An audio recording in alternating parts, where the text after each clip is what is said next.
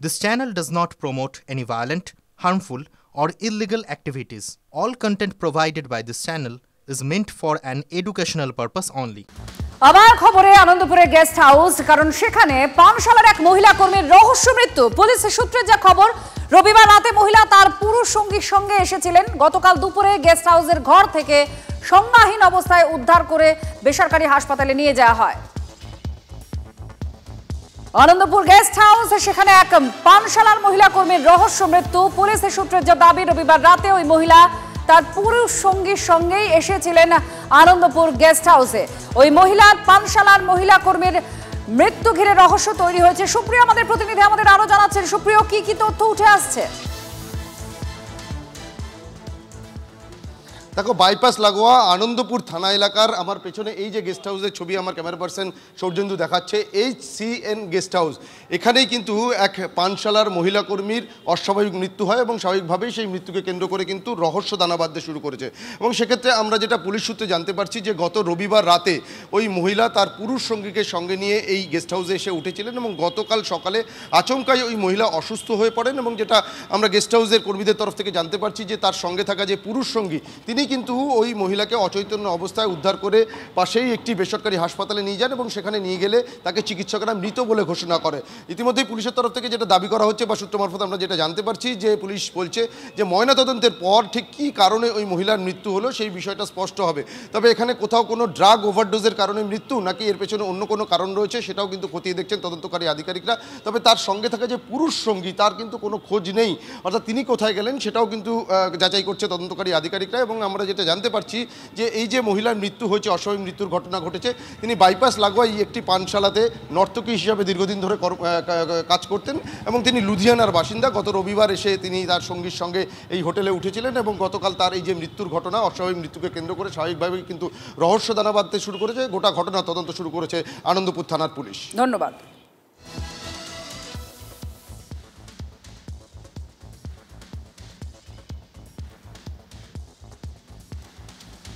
লুধিয়ানার বাসিন্দা ওই মহিলা যে নর্তকীর কাজ করতো পানশালায়, তার রহস্য মৃত্যু এই আনন্দপুরে গেস্ট হাউসে। যে ছবি দেখতে পাচ্ছেন আপনারা, তার পুরুষ সঙ্গীর সঙ্গে সে রবিবার উঠেছিল এই গেস্ট হাউসে। সে অসুস্থ হয়ে পড়ে, অচৈতন্য হয়ে পড়ে, তাকে নিয়ে যাওয়া হয় বেসরকারি হাসপাতালে। কিন্তু তার সঙ্গে যে ছিলেন, অর্থাৎ সেই পুরুষ সঙ্গীকে এখন পাওয়া যাচ্ছে না, তার খোঁজ চালানো হচ্ছে। কিভাবে মৃত্যু হলো তা তদন্তের পর, মূলত ময়না তদন্তের পর অনেকটাই স্পষ্ট হবে। রাজনৈতিক লড়াই বা এলাকা দখলের লড়াইয়ে বোমা, বন্দুক এসব দেখে বাংলার মানুষ অভ্যস্ত। কিন্তু এখন একটা নতুন ট্রেন্ড এসেছে, সম্পর্কের টানাপোড়েন হলে সেখানেও গুলি চলছে। কৃষ্ণনগরের ভর দুপুরে যেটা হলো সেটা শিউরে ওঠার মতো। কাঁচরাপাড়া থেকে কৃষ্ণনগরে গিয়ে এক তরুণীকে খুন করলো এক যুবক, আর পলাতক অভিযুক্ত।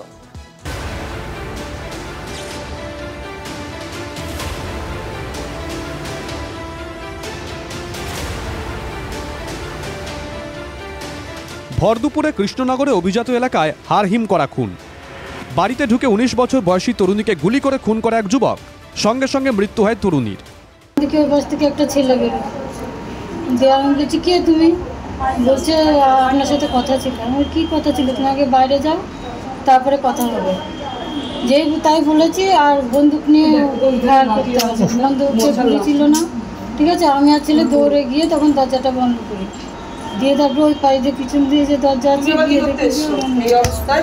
খুনের ঘটনায় অভিযুক্ত কাঁচরাপাড়ার বছর 24-এর যুবক দেবরাজ সিং, মৃত ঈশিতা মল্লিকের বন্ধু। কৃষ্ণনগর থেকে কাঁচরাপাড়া যোগাযোগ কিভাবে? ঈশিতা মল্লিকের প্রতিবেশীর কথায় মিলল সূত্র। কাঁচরাপাড়া ওরা থাকতো ফ্ল্যাটে পড়াশোনার সুবাদে, এদের ফ্যামিলি সব। দুলালু থাকতো এবং দুলাল মল্লিক থাকতো এবং ওর বউ, দুটো মেয়ে, ছেলেটাও থাকতো। ঈশিতা দিদি কাঁচরাপাড়ায় তার বন্ধুকে ফোন করে দেবরাজের খোঁজ নিতে বলে, কিন্তু কাঁচরাপাড়ায় দেবরাজের বাড়ি তখন ফাঁকা। দেবরাজের বাবা NDRF-এ চাকরি করেন, থাকেন বাইরে। মা বোনকে নিয়ে কাঁচরাপাড়ার বাড়িতে ভাড়া থাকতো দেবরাজ। এলাকায় পাওয়া গেল দেবরাজের ক্যারেক্টার সার্টিফিকেট। মেন্টালি এখানে যেটা শুনলাম মেন্টালি ভালো না। আগে এখানে আশেপাশে কয়েকটা দোকানে মনে হয় চুরি ফুরি করেছে, সেই ঘটনাটাও আমরা শুনলাম। অ্যাগ্রেসিভ মাঝে সাঝে বাবা মানে মার সাথে আর মেয়ের সাথে একটু রুট ব্যবহার করতো, ঝগড়াঝাটি করতো। কোনো ছেলেপুলের আনাগোনা ছিল কি? না, সেটা তো আমি দেখি। কৃষ্ণনগরে যেমন তদন্তে নেমেছে পুলিশ, তেমনি কাঁচরাপাড়ায় দেবরাজের বাড়িতে পৌঁছায় বীজপুর থানার পুলিশ।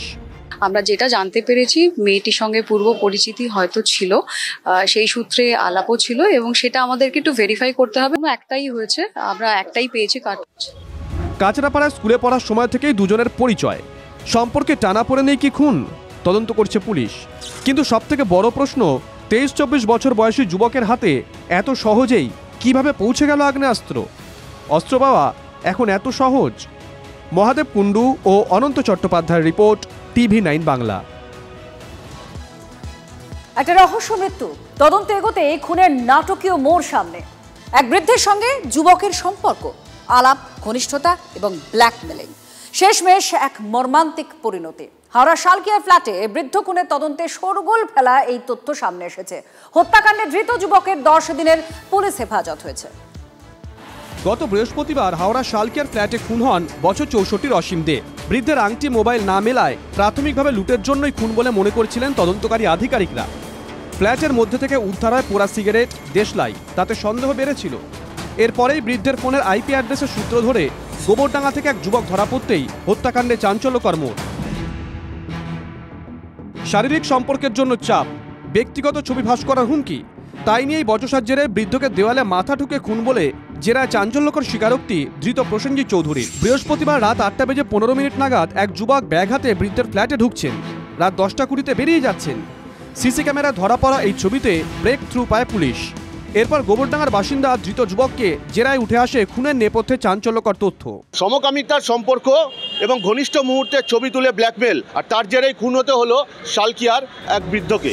পেশায় কাপড়ের ব্যবসায়ী প্রসেনজিৎ প্রায় হাওড়ায় যেতেন। মাস চারেক আগে অসীম দের সঙ্গে তার সোশ্যাল মিডিয়া পরিচয় হয়। ক্রমশই বাড়তে থাকে কথাবার্তা, ঘনিষ্ঠতা। শালকিয়ার বাধাঘাটে দুজনে দেখাও করেন। ভিডিও কলে কথা হওয়ার সময় কিছু ঘনিষ্ঠ মুহূর্তের স্ক্রিনশট নিয়ে রাখেন বৃদ্ধ। সেই ছবি ফাঁস করে দেওয়ার ভয় দেখিয়ে যুবককে নিয়মিত সম্পর্কের জন্য চাপ দিতেন। এই পরিস্থিতিতে বৃহস্পতিবার রাতে অসীমের ফ্ল্যাটে যান প্রসেনজিৎ। মদ, কচুরি ও তরকারি নিয়ে ফ্ল্যাটে ঢোকেন। দুজনে খাবার খান, মদ্যপান করেন। সেখানে তাদের শারীরিক সম্পর্কও হয়। এরপর ঘনিষ্ঠ মুহূর্তের ছবি ডিলিট করা নিয়ে দুজনের মধ্যে বচসার মধ্যেই ওই যুবক বৃদ্ধের মাথা দেওয়ালে ঠুকে দেন।